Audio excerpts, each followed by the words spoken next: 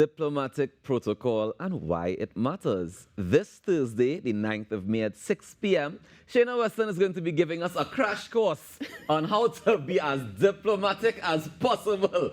Well, actually, it's more about understanding the protocol behind diplomatic protocol. And this morning, Sheyna is joining us to give us a little taste as to what is to come this coming Thursday. Sheyna is a senior government communications specialist. Good morning to you. And how are you, my dear?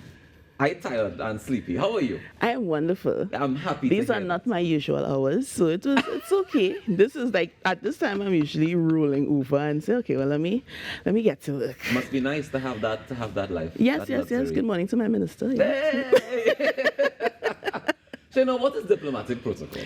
Diplomatic protocol and protocol in general, it looks at the rules of etiquette, of diplomacy, of respect, especially when you're dealing with diplomats, with dignitaries as well, even with people in authority across the board, because there are rules and guidelines when you look at matters of state, events that fall under the state, under government and so forth. A simple thing as when your boss or someone in authority enters a room, you say, well, good morning, Mr. Rawkus. Right. You know, just adding that Mr. in front of someone's name is part of protocol as well.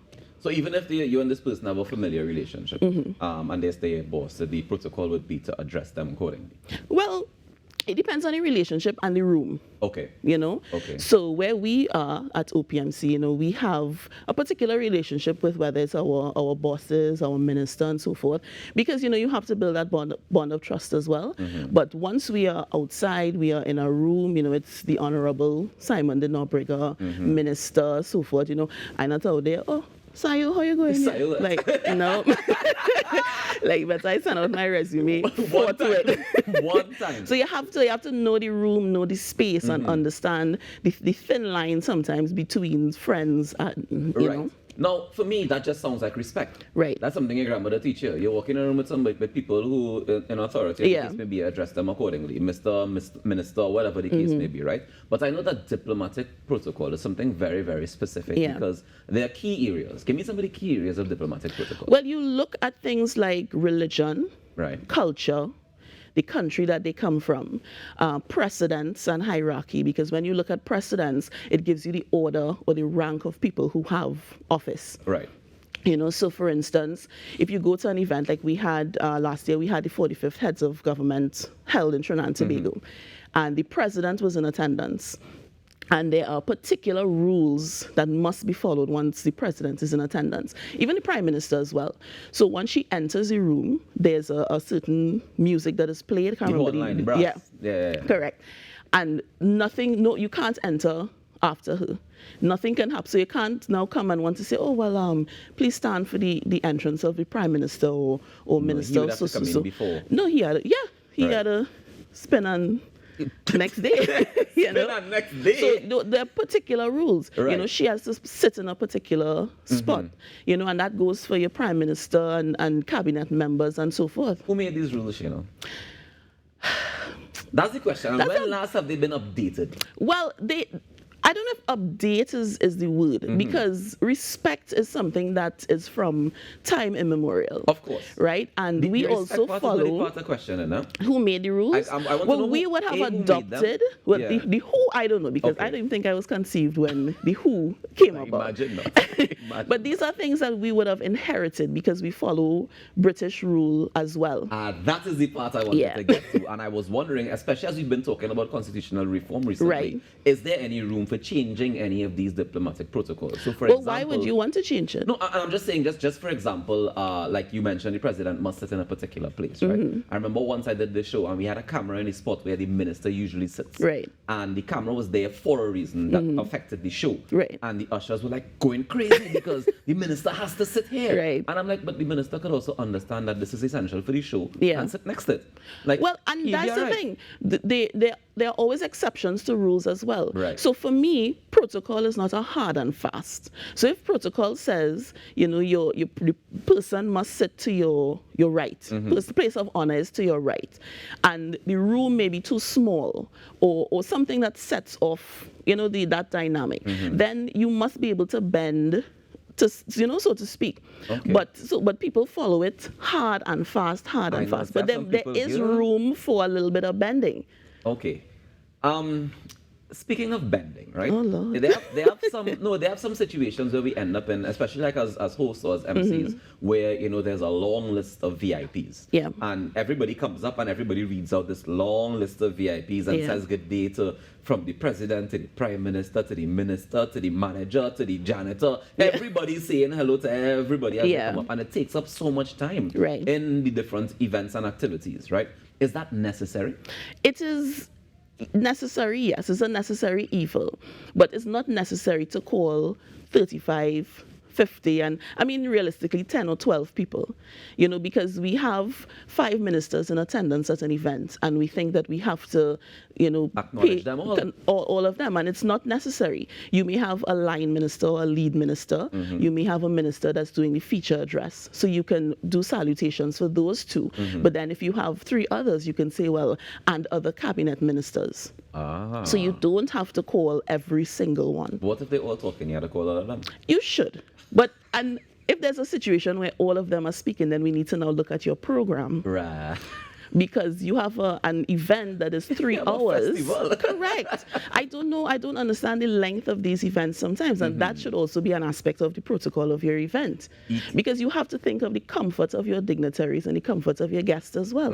Some of these, you don't even have a little tea plate at the end. So a little cup of water or something. But you have 12 people speaking. Yeah. Just have your welcome remarks, your feature address, entertainment and closing, and There's a statement that's made very often at these type of events when they have these long lists. Oh boy, she's touching the pearls already. Or when they have these long lists, some people they might acknowledge at first. You acknowledge everybody who's present, and you said this is what we're doing for the day, and you don't need to all come up and acknowledge them, right? And some people will come up and they will say all protocols observed. Is that relevant? Is that oh God, she hold it. We've been doing it wrong. You have water. That is the absolute worst thing that you can see. Really? Absolute worst. Because the first thing we said when we started speaking, we used that word respect. Right. So you have to pay respect to those who are in attendance in terms of your VIPs, your dignitaries. And saying all protocols observed is almost like, well, oh, you're here, all right, cool, well, yeah, welcome. But no, it's for me, it comes across more like we've observed that you are here already. Yeah. We have already acknowledged your presence, and we are moving forward in the essence of time. Right. And I can agree and I can disagree. Because for me, I think that you should acknowledge, and yes, you may have 3 or 4 speakers coming, but when they come up, they are acknowledging your dignitaries who are there. It may be an annoyance to the guests who are there because I'm hearing it 5 and 6 times. Yeah. And that's why the protocol officer's job is really to make it as concise as possible. Because especially you have a president, you have the prime minister at your event. That office holds a certain level of authority and respect. So you should recognize them, every speaker. So we have to take ourselves. It's not a personal thing. And that's the problem a lot of people have with protocol. It's not a personal thing. Because when you go into spheres, I posted a video the other day and somebody said, oh, why do I have to call a minister honorable? Why does the prime minister have a title of honorable? Are they honorable? And I said, it's not about your personal feeling. It's about the office that the person holds and the respect paid to that office. I understand. Tell me some of the. I'm not gonna go into that because I feel like I go end up losing my job. So let me talk about some of the common mistakes that people make when it comes to protocol. So one of the top common, especially in our society, is putting the honorific title of honorable before the title of the office and not the person's name. So for instance, you go into a room, prime minister is there, government minister is there, and you may say, somebody may introduce him as honorable prime minister, which is wrong. It's supposed to be. The honorable goes to his name. So he would be introduced. But you just say goes to the office. No. I said goes to the name and not the office that they hold. But you just now you told me the office is what is honourable, right? That's what we're respecting is the office. So how come it goes to the name and not to the office? Because the title is to your name. So it's not so the person who holds the office, right? So titling them as honourable reflects the office that they hold. So it reflects the office, right? But it goes to their name. Correct, because it's the person in the office that ought to be honourable. You see that word you're trying to? No, what I mean is that the person, the office. Right, correct, correct. So introducing him would be Dr. the Honorable Keith Rowley, as opposed to Honorable Prime Minister. Right. But that's another thing I was wondering about too. People oftentimes confuse whether they should put the Honorable Dr. Keith Rowley or they should put Dr. the Honorable. Is it different if it's Dr. or Mr. or Mrs.? So, well, we don't use Mr. or Mrs. So the only additional honorific you may see is Doctor. And when I say honorific is just a show of respect. It's a title that you use. So similar to Doctor, Miss, Mr., Mrs., those are also honorific titles. And for me, what I was taught and what I still research is that the correct would be Dr. the Honorable, because the title of Honorable goes to your name based on your birth certificate. So we're not born into doctor.